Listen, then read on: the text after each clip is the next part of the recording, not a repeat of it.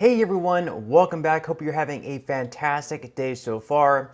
So we are now just 12 days away from possibly defaulting on our debts, causing complete economic chaos and possibly delaying the on-time payments of Social Security. So we'll be going over updates on that.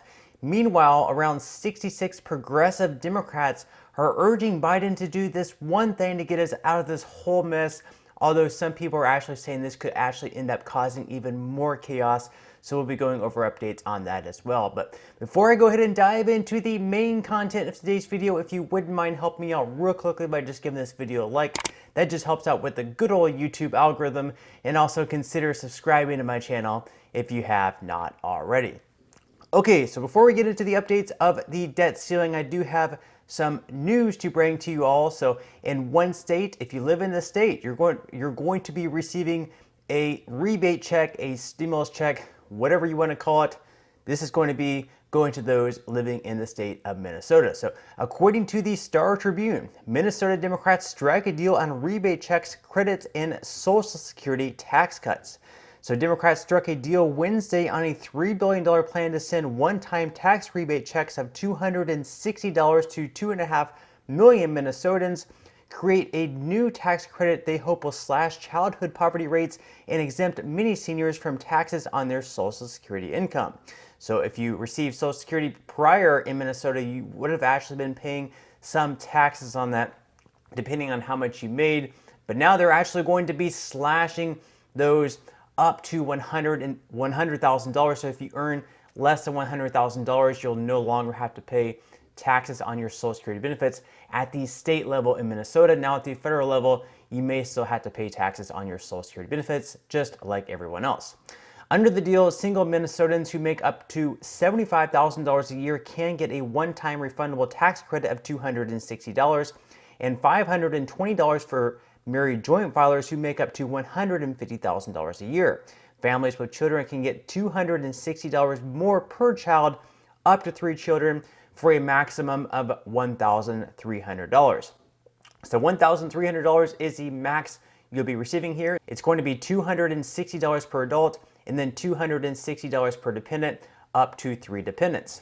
Now, in addition to that, DFL legislative negotiators included a version of the governor's proposal to create a new child tax credit, which they estimate will cut childhood poverty in the state by nearly 25%. The new credit will provide families $1,750 per dependent, which will start phasing out at $35,000 in annual income for couples. Meanwhile, couples earning up to $100,000 in annual income will be exempt from state tax on their Social Security income. Some Democrats campaign on fully exempting that income from taxes. So if you earn up to $100,000 or less than $100,000, you'll no longer have to pay taxes on your Social Security income. So this is great news for people living in the state of Minnesota. I'm sure these checks are going to help out quite a bit with all the inflation that's going on.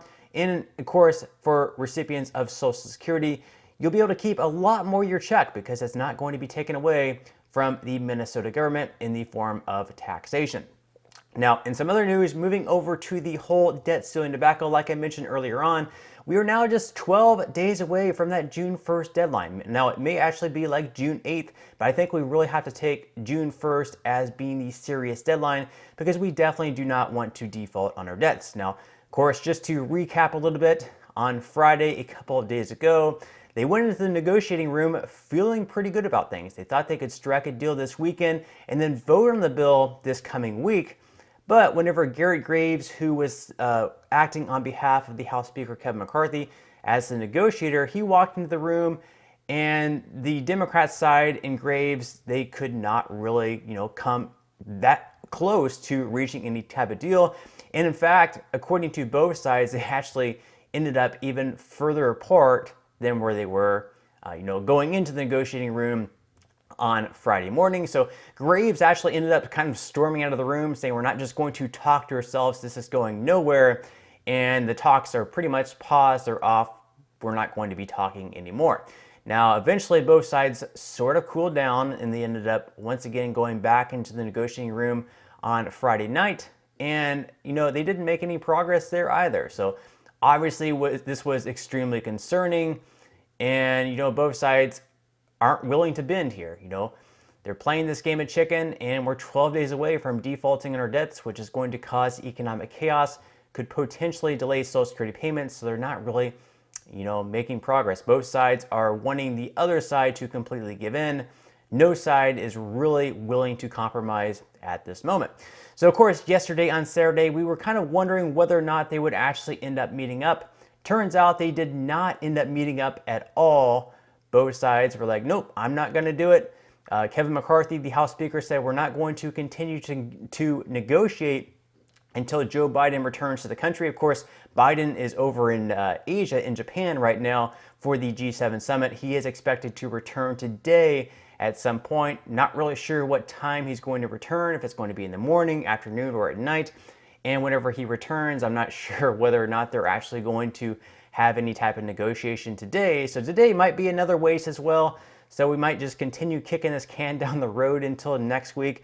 And the clock is ticking here because House Speaker Kevin McCarthy did say that we would need to strike a deal this weekend in order to have time to pass the bill. So according to CNBC, House Speaker McCarthy says debt ceiling negotiations can't resume until Biden returns from G7 summit. So the on-again, off-again deliberations on Capitol Hill surrounding the debt ceiling are back off again. As House Speaker Kevin McCarthy told reporters on Saturday, Republicans will only continue negotiations when President Joe Biden returns from the Group of Seven summit in Japan. McCarthy said, quote, "Unfortunately, the White House moved backwards. I don't think we're going to be able to move forward until the president can get back into the country." On Saturday evening, the Biden administration countered that it was the Republicans who on Friday made an offer on the debt ceiling that was a, quote, "a big step back," asserting that the proposal contained, quote, "extreme partisan demands that could never pass both houses of Congress." Quote, "It is only a Republican leadership beholden to its MAGA wing, not the president or Democratic leadership, who are threatening to put our nation into default for the first time in our history unless extreme partisan demands are met," according to a statement by Biden Press Secretary Karine Jean-Pierre. And then, of course, we had Kevin McCarthy on Twitter tweeting out, "The White House is moving backwards in negotiations.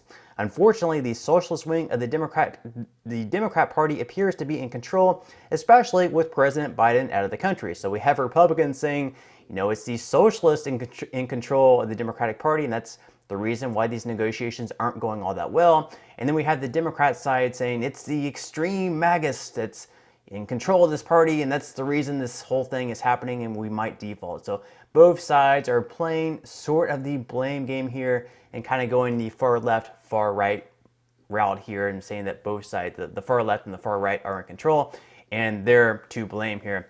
Now, once again, of course, we do have Biden scheduled to return today from DC. Again, not sure what time he's going to be returning, but in a statement, he did say that he's not at all concerned about how negotiations are going, that he's very confident that they will get something done very quickly.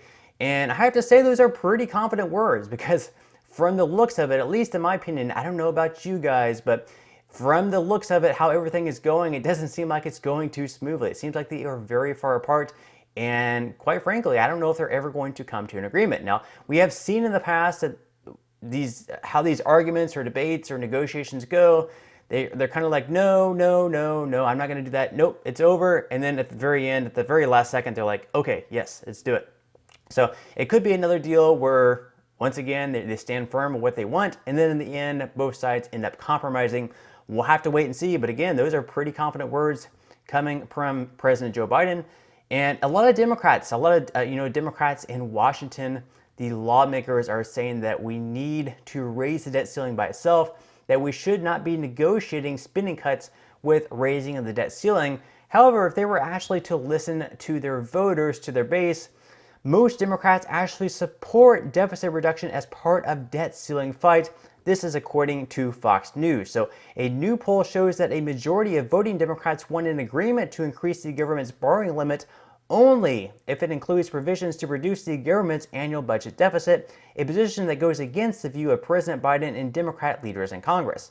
The AP NORC Center for Public Affairs Research survey taken May 11th to May 15th says that 58% of Democrats support the idea of pushing to reduce the budget deficit as part of the debt ceiling deal. It also says that another 7% of Democrats support no increase in the debt ceiling under any circumstances, a much tougher position than the one taken by national Democrat leadership. So obviously contrasting views there between the Democrat voters and the Democrats who are actually in Washington. So we're once again just 12 days away. Something needs to happen. And perhaps if they never reach any sort of an agreement, maybe the 14th Amendment is what they have to pull out of their hat at the end of the day. The 14th Amendment would allow Biden to raise the debt ceiling by himself, unilaterally, himself alone, without this actually passing Congress. So recently, we actually had 66 progressive lawmakers urging President Biden to use the 14th Amendment in the debt ceiling fight.